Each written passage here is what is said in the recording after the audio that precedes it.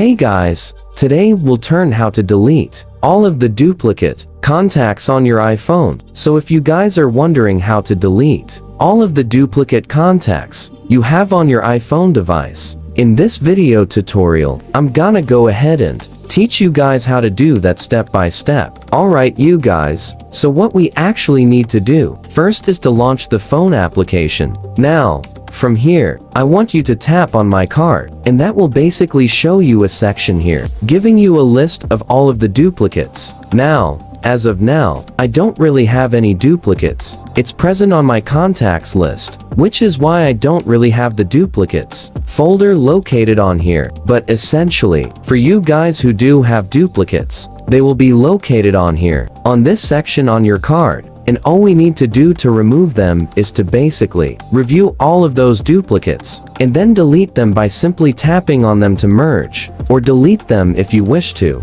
And that is all for this video guys. Thank you guys for watching. Please like this video and subscribe and take care.